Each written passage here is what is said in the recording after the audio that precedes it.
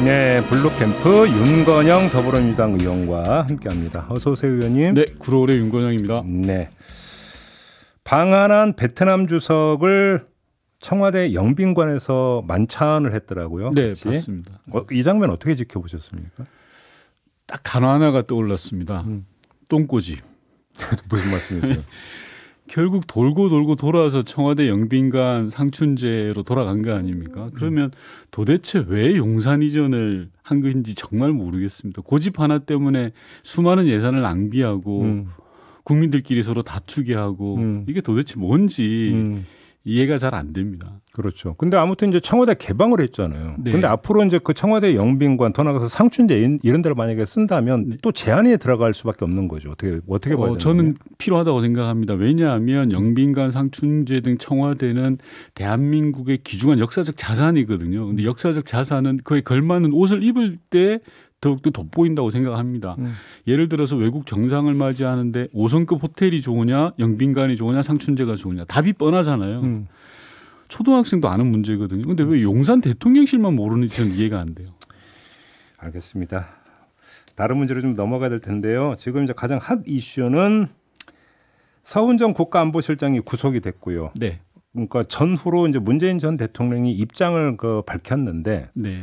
공개적으로 밝힌 입장 말고 혹시 의원님 좀 문재인 전 대통령 좀 소통을 해보셨어요? 뭐라고 하시던가요? 많은 말씀 하시죠. 뭐라고요? 근데 제가 방송에서 어떻게 이야기합니까? 뭐야 그러면 문만 떼어놓고 요만큼만. 아니 이게 말씀을 옮기는 게 대단히 조심스러운 게 일부 네. 정치인들이 대단히 마음대로 왜곡하고 해석하는 부분들이 있어서 좀 옮기기는 어렵고요. 그럼 이렇게 여쭤볼게요. 화가 많이 나 계시던가요? 네, 뭐 제가 볼 때는 그런 것 같습니다. 아 그래요? 네. 이번 서훈 전 실장 구속만 보더라도요, 검찰은 서해 공무원 피격 사건을 월북몰이로 몰아가는 것 같아요. 그러니까 월북이 아니라 실종이다라고 주장을 하는 것 같습니다. 하태경 의원은 이 자리에서 조작이라고 표현을 하던데요. 뭐 하태경 의원님은 전 별로 신뢰하지 않았어요. 근데 100번 1000번 양보해서 문재인 정부는 월북 판단을 했고 자, 윤석열 정부는 실족 판단을 했다라고 한다면 핵심은 월북 가능성이 높은 거냐 아니면 실족 가능성이 높은 거냐 이거 아니겠습니까? 그러면 저는 윤석열 정부 검찰이 이 두 가지 상황을 비교 분석해야지 서훈 전 실장을 구속할 일이 아니라고 생각하거든요. 근데 누가 보더라도 상식적으로 월북 가능성이 높거든요. 왜냐하면 실족 가능성은 치명적인 한계가 있습니다. 예를 들어서 왜 구명조끼를 입고 있는지 왜 월북이라는 단어를 사용했는지 실족이라면 이게 설명이 안 되거든요. 근데 검찰은 SI 첩보 중에서 자신들한테 유리한 것만 일종의 취사 선택을 하고 있어요.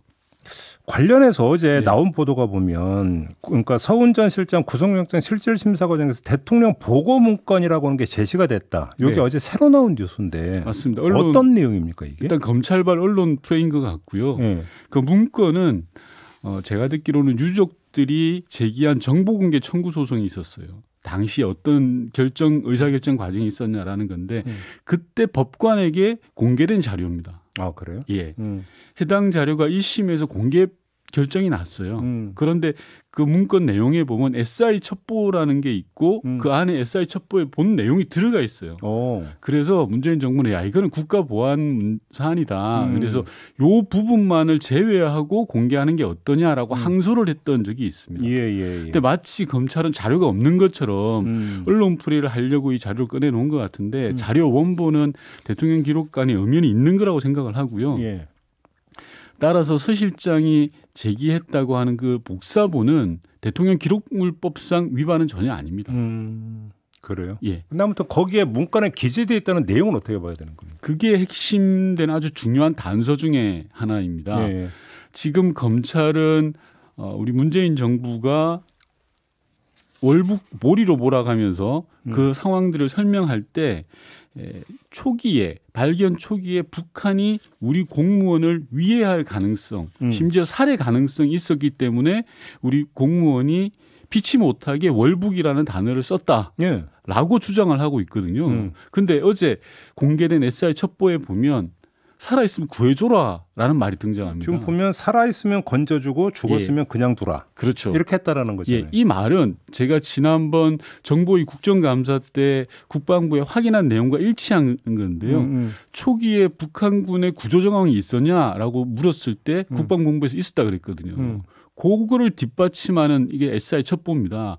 따라서 초기에는 북한군이 우리 공무원을 구조하려는 정황이 있었던 것으로 북한군이 우리 공무원을 위해하거나 살해할 의도가 없었다라는 걸 반증하는 겁니다. 근데 저는 이걸 보면서 드는 의문이 지금까지 알려진 바로는 그냥 뭐 살해를 한 게 아니라 더 나아가서 시신을 훼손했다라는 거잖아요. 네네. 근데 그냥 그 죽었으면 그냥 두라라고 했다라는데 거기까지 갔다라는 걸 이해를 할 수가 없는데 이걸 어떻게 봐야 되는 겁니까? 초기 상황과 실제 사건이 벌어졌던 상황을 나눠봐야 됩니다. 그래요? 초기 상황에서는 예. 제가 전해 듣기로는 SI 첩보로는 구하고 구조 정황이 분명히 있었던 겁니다. 그래요? 예, 그러면서 월북이라는 단어가 등장한 거죠. 질문 과정에서 월북이 등장하고 답변 과정에서 월북이 등장하고 그리고 우리 공무원에 대한 인적 사항들이 자세히 서술되고 이제 그런 건 그 분위기가 만약에 살해하거나 위해할 때 나올 분위기가 아니지 않습니까? 그래서 제가 조금 전에 말씀드린 것처럼 SI 첩보를 검찰이 자신들한테 유리한 부분만 취사 선택을 하고 있다. 불리한 거는 아예 은폐하거나 감추고 있는 상황입니다. 그래요. 이게 그러면 재판에도 상당히 영향을 미칠 수 있는 하나의 요인이 될 수 있다고 보시는 거예요? 저는 그렇게 볼 수 있습니다. 그래요. 네. 알겠습니다. 이건 좀 앞으로 좀 지켜보도록 하겠고요. 이번에는 국정원으로 가겠는데 지금 정보위 그 야당 간사 맡고 계시잖아요. 네, 맞습니다. 지금 이 대규모 인사 조치 있잖아요. 네. 이거 어떻게 봐야 되는 겁니까? 제가 국정원에 공식 확인을 요청을 했습니다. 이게 사실이냐라고 했더니 국정원 인사에 대해서는 답을 할 수 없다라는 식으로 이야기를 하더라고요. 근데 제가 언론에 대고 아주 강한 메시지를 냈습니다. 국정원의 정치 보복이다, 인사 학살이다라고 했는데 제 주장에 대해서 단 한마디 해명도 못하는 것으로 봐서는 거의 사실에 부합하는 거 아닌가 싶습니다. 제가 기억나시겠지만 지난 6월에 국정원 1급 전원이 정리해고가 됐습니다. 그리고 이번에 2, 3급 고위 간부 100여 명이 언론 보도에 의하면 대기 발령이 났다고 하는데요. 비공식적으로 확인한 바에 의하면 그 숫자가 더 늘어납니다. 그래요? 예. 심각한 것은 아직 중간 간부인 4급 인사가 안 났다라는 겁니다. 그러니까 이 국정원 인사 학살이라고 저는 규정하고 싶은데 이 범위가 늘어날 수도 있다라는 말씀을 드리고 싶습니다. 근데 1, 2급까지 이렇게 해버리면 그걸 대처할 수 있는 인력이 있는 겁니까? 제가 비공식적으로 확인한 것은 대행 체제로 가겠다라는 겁니다. 예를 들어서 직위를 줄 수는 없습니다. 법에 의해서. 그래서 만약에 뭐 대공국장이다라고 한다면 그런 직책이 있다라고 하면 대공국장 대행 이런 식으로 운영을 하겠다는 거고요. 이런 저희가 뭐냐라고 하면 정보기관을 권력의 입맛에 맞게 줄 세우고 눈치 보게 하겠다라는 그 이상도 이하도 아닙니다. 이거. 그러면 국정원에서도 지금 이제 문재인 정부 그림자 지우기 작업이다 이렇게 보시는 겁니까? 당연합니다. 그래요? 예, 한마디로 줄 세우기 하는 겁니다. 그럼 이게 단순히 인사 조치로 끝날 수 있는 겁니까? 아니면 또 국정원에서도 뭔가 비리나 다른 문제가 있었다고 더 캐고 들어갈 수도 있는 겁니까? 어떻게 그 부분은 미지의 영역이라 앞으로 좀 두고 봐야 될 부분인데요. 저는 한 가지 조금 격가지로 말씀드리고 싶은 건 최근에 국정원에서 신원조회 업무를 확대하겠다라고 언론 보도가 났었습니다. 저희가 문재인 정부 때도 국정원이 그런 시도를 하길래 야 그건 해서는 안 된다. 왜냐하면 국내 정보에 개입할 우려가 있다라고 했는데 윤석열 정부 출범하자마자 대통령령을 바꿔서 국정원이 신원조회를 더 광범위하게 하도록 한 겁니다. 이렇게 비유를 드리고 싶습니다. 제가 막 배가 고픈데요. 바로 옆에서 돼지고기를 굽고 있어요. 그럼 젓가락이 글로 가지 않겠습니까? 네. 네. 그와 마찬가지로 국정원이라는 곳은 정보 조직이에요. 그렇다면 이제까지 국정원의 흑역사는 대부분 국내 정보에 개입하고 그것을 이용했고 악용했기 때문이거든요. 그래서 문재인 정부에서는 그걸 철저히 차단을 했던 건데 그 경계를 열어버린 거예요. 신원조회를 확대했다라는 것을. 그래서 저는 상당히 걱정이 됩니다. 그래요. 이번에 국정원 인사와 결합이 되면서 야 권력기관 입맛대로 움직여라 라는 시그널을 준 거거든요. 그러니까 정보기관이 어떻게 변해갈지 좀 앞으로 예의주시해야 될 부분이라고 생각합니다. 제가 왜 이 질문을 드렸냐면 조금 전에 이제 서해 공무원 피격 사건에 대해서 질문을 드렸지만 그거 말고도 그래서 월성 원전이라든지 여러 가지 어떤 또 울산 건도 있고 여러 가지가 있지 않습니까? 이것들이 이렇게 시간이 흘러서 가다 보면 어느 지점에서 만나게 될 거고. 맞습니다. 만나는 지점에서 결국은 딱 그 관심의 초점 딱 한 인물로 집중이 되거든요. 그게 바로 문재인 전 대통령이란 말이에요. 네. 그러면 이 시점에서 문재인 전 대통령에 대해서 검찰 수사에 칼날을 들이밀 가능성이 있느냐 없느냐 이 문제인데 어떻게 보십니까? 그런 일이 절대 일어나서는 안 된다라고 생각을 합니다. 예. 방금 말씀하신 것처럼 지금 현재 문재인 정부 장차관들 중에서 수사를 받고 있는 사람 또는 조사를 받았던 사람이 23명이라고 합니다. 23명이나 됩니까? 예. 장차관으로 한정을 했을 때? 예. 뭐 실무자급 빼고요. 예. 그러니까 문재인 정부에 대한 전방위적인 사정 그리고 정치 보복이 진행되고 있는데 저는 검찰이 여론의 눈치를 볼 거라고 생각합니다. 지금은 찔러보는 수준에서 뭐 어제 한동훈 장관도 뭐라고 했던데요. 그러게요. 예. 그러니까 헌법과 법률을 초월하는 의미의 통치행위라는 것은 존재하지 않는다. 예, 저는 한동훈 장관께서 문재인 대통령 이야기하려면 핸드폰 비번부터 풀고 이야기하셔야 돼요. 그게 법무부 장관으로서 떳떳한 모습이고 보편 상식에 부합하는 모습이라고 생각하고요. 한동훈 장관의 어제 그런 태도는 저는 행정을 책임지는 한 부서의 행정을 책임지는 장관의 모습이 아니라 마치 정치하는 사람 같은 느낌이 들었어요. 그래요? 어떤 점에서요? 그러니까 아나무인이죠. 예, 그런 모습들이 저는 윤석열 정부 전체에 결코 도움이 안 된다고 생각을 하고요. 예.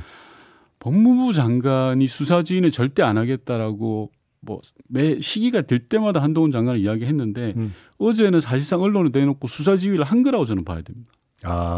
문재인 대통령 수사라는 간접 메시지. 뭐 당연히 그렇게 해석되지 않겠습니까? 이번에 서훈 전 실장에 대해서도 구속영장 실질 심사가 10시간 동안 진행됐는데 그 와중에 5시간을 검찰이 PPT를 했어요. 네. 이 말은 뭐냐 그러면 대한민국은 지금 검찰공화국인데 검찰이 이 사건에 올인했다라는 걸 보여주는 거거든요. 직간접적으로. 압박이라고 저는 생각을 하고요. 어제 한동훈 장관의 그러한 태도도 저는 같은 연장선상에 있다라고 보는 겁니다. 조금 전에 말씀드렸던 것처럼 여론의 눈치를 보면서 찔러보게 하는 거다라고 보는 겁니다. 그런데 저는 여기서 갖고 있는 하나의 어떤 좀 궁금증이 이게 의도적 수사고 의도적으로 몰아가기를 일단 전제를 한다면 이재명 대표에 대한 수사 진행되고 있고 문재인 정권 지우기 작업도 동시에 진행이 된다면 그것이 정책 부담으로 작용할 수도 있지 않겠습니까? 현 정권 입장에서는. 그런데 왜 그런다고 생각하세요? 현 정권 입장에서는 정치적 부담이 아니라 정치적 활용 소재로 보는 거죠. 오히려 득이 된다고 본다라는 말씀이시죠? 예. 득이 된다라고 생각하기 때문에 전방위적인 사정과 정치 보복을 한다라고 생각을 합니다. 왜? 그리고 또 잘하는 게 이거거든요. 검찰 출신이 뭐 제일 잘하는 게 남 잡고 수사하고 하는 거 아니겠습니까? 통치행위 얘기 나왔으니까 새길로 잠깐만 빠질게요. 네네. 윤석열 대통령 부부가 영화관에서 영화 관람한 것도 통치행위라고 하면서 그 이제 영수증을 꼭 공개 못한다고 했거든요. 그 어떤 대통령실 입장과 지금 한동훈 장관의 이 통치행위 연결하면 이걸 어떻게 해석을 해야 되는 겁니까? 통치행위 개념을 잘 모르시는 것 같아요. 그래요? 법무부 장관이. 그래요? 예. 알겠습니다. 이제 의원님 입장에서 약간 머리 아플 수도 있는데 당내 문제로 좀 넘어갈게요. 머리 아픈데요. 이상민 장관 그 해임 건의안을 일단 내기로 했고, 네. 그러니까 오늘 내일 그러니까 오늘 보고 내일 처리 일단 지금 이 방향이 잡힌 거잖아요. 네, 그렇습니다. 그럼 그대로 간다고 치고. 네. 근데 만약에 대통령이 받아들이지 않으면 바로 탄핵소추안으로 간다고 했다가 국정조사 이후로 지금 미뤘거든요. 어제 의총에서 얘기가 어떻게 됐던 겁니까? 솔직히 제가 어제 의총하는 시간에 노조법 2, 3조 국회 환노위 회의가 있어서 빠지셨어요? 중간에 빠졌어요. 그래서 내용은 모르는데 큰 틀의 취지는 제가 이야기를 전해드렸습니다. 의원님들의 이야기는. 분명한 거는 12구 참사에 대해서 윤석열 정부 어느 누구도 책임을 안 진다는 거예요. 대통령부터 총리, 행안부 장관, 경찰청장, 용산구청장 모두 윤석열 정부에는 책임이라는 단어가 아예 없다. 이런 상황에서 주무장관인 행안부 장관은 폼나게 사표 던지고 싶다고 하고 그런 장관을 어깨치면서 격려하는 대통령이 있는 형국이지 않습니까? 그래서 어제 의원들의 생각은 집권 여당이 이렇게 무책임한데 경고를 하고 책임을 지워야 된다라는 차원에서 해임 건의안을 우선 출발시키자. 근데 지금 흘러가는 모양새로는 뭐 대통령이나 전혀 뭐 받아들일 것 같지 않다라고 하면 국정조사를 통해서 실체를 밝히고 진상규명을 해서 탄핵으로 가자라는데 공감대가 모여진 거예요. 아니 그렇다면 애시당초 그렇게 얘기를 했어야 되는데 왜 말을 바꾸냐 이거잖아요. 지금 제가 드리는 질문은. 기조를 왜 바꾸냐 이거예요. 제가 머리가 아프다니까요. 그 말씀에 모든 게 좀 담겨 있는 것 같아요. 알겠습니다. 아무튼 지금 의원님은 또 그 12구 참사 국정조사 특위위원이시기도 하잖아요. 맞습니다. 준비는 좀 잘하고 있습니까? 국민의힘이 저는 해도 너무하다고 생각하는데요. 예. 국정조사 합의를 해놓고 아예 나오질 않아요. 일정 협의를 하자. 왜냐하면 합의사항이 예산안이 끝나면 곧바로 조사에 들어간다라고 했기 때문에 예산안 논의 과정에서는 합의가 있어야 되고 예비조사가 있어야 되는데 제일 중요한 게 어찌 보면 국정조사에서 예비조사 단계거든요. 근데 이게 전혀 진행이 안 되고 있어요.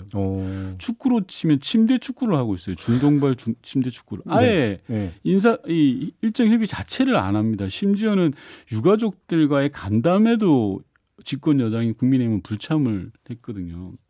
그래서 저는 대통령이 요즘 화물차 기사분들만 되게 막 잡두를 하시는 것 같은데 그럴 게 아니라 지금 파업 중인 국민의힘 국조위원들한테 업무 개시 명령을 내려야 된다고 생각합니다. 그러면 지금 야당초 합의에 따르면 예산안이 처리된 직후부터 본주사에 들어가서 일단 시한이 1월 7일까지로 되어 맞습니다. 있는데 예산안이 처리가 되더라도 그러면 누굴 부를 건지 일정을 어떻게 짤 건지 이거 갖고 또 만약에 씨름하다 보면 그냥 해넘길 수도 있는 거 아닌가 이것만으로? 그렇습니다.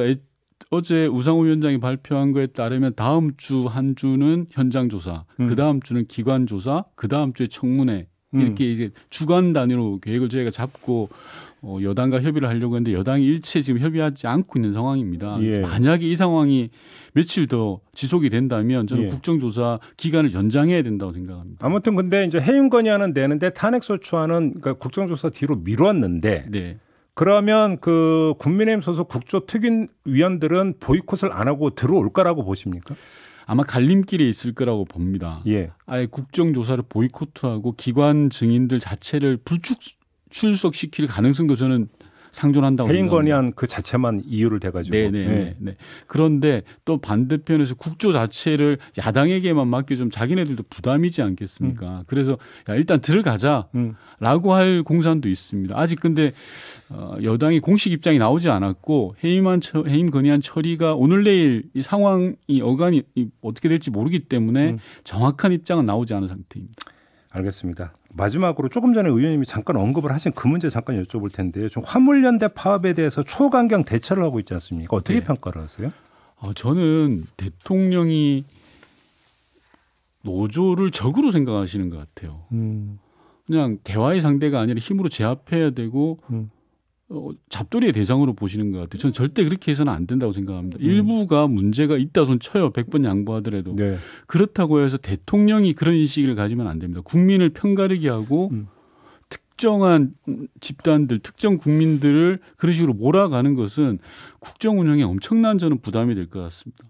의원님은 지금 환경노동위 소속이시잖아요. 네네. 물론 이 문제는 환경노동이 아니라 국토교통위 소관으로 알고 있지만 안전오염제에 관한 법안 처리 문제 있잖아요. 네. 어떻게 풀어야 된다고 생각하세요? 저는 정부 여당이 업무를 완전히 방기했다고 생각합니다. 지난 6월에 합의를 했지 않습니까? 안전오염제 합의를 하고 몇 가지 쟁점이 안 남았거든요. 그 정도 쟁점은 충분히 풀 수 있었는데도 지금 석 달 동안 손을 놓고 있었던 거예요. 그래서 빨리 국토부를 중심으로 해서 협상 테이블을 만들어서 협상장에 와서 풀어야 됩니다. 대화로 풀어야 될 문제입니다. 인수위 기간까지 포함해서 지금 9개월 정도 윤석열 정부가 지났는데요. 제가 국회 환노위원인데 내용적으로 노동에 대해서 단 한 번도 제대로 들어본 적이 없어요. 노동의 이중구조라든지 정말 첨예한 문제들이 많거든요. 그런 이야기는 이런 방구 한마디도 없이 오직 노조는 빨갱이다 때려잡아야 된다라는 이야기만 해가지고 이게 절대 문제 해결에 도움이 안 됩니다. 정부가 이런 태도로 나오면 해법은 없고 더욱더 질곡으로 빠질 뿐이라고 저는 생각합니다. 알겠습니다. 자, 이렇게 마무리하죠. 고맙습니다, 의원님. 네. 윤건영 더불어민주당 의원이었습니다.